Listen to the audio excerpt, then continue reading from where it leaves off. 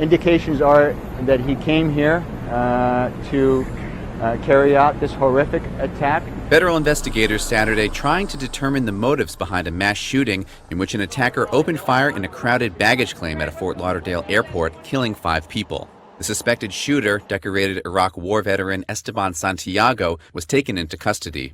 FBI investigators saying they believe he acted alone, but have not ruled out terrorism as a possible motive, and were reviewing the suspect's recent movements. We've conducted roughly 175 witness interviews. We've recovered video, physical evidence, and we continue to pursue every investigative lead. Authorities said the attacker retrieved a 9mm semi-automatic handgun from his checked luggage and began firing indiscriminately. 5 were killed, 6 were wounded by gunfire. In the ensuing chaos, people ran from the terminal, gathered on tarmacs, and huddled behind cars. Some 3 dozen later hospitalized with bruises and broken bones.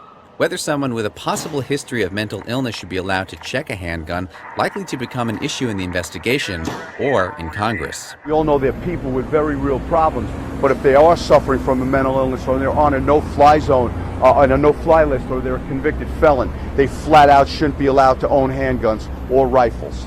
Federal rules do allow for firearms to be carried in checked baggage, not in carry-on baggage, and there are procedures that were followed in this case.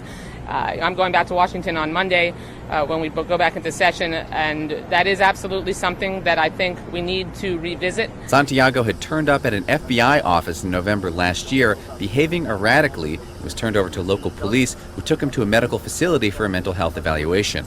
According to the Pentagon, Santiago was deployed in Iraq from 2010 to 2011. His aunt telling MSNBC that he came back, quote, a different person.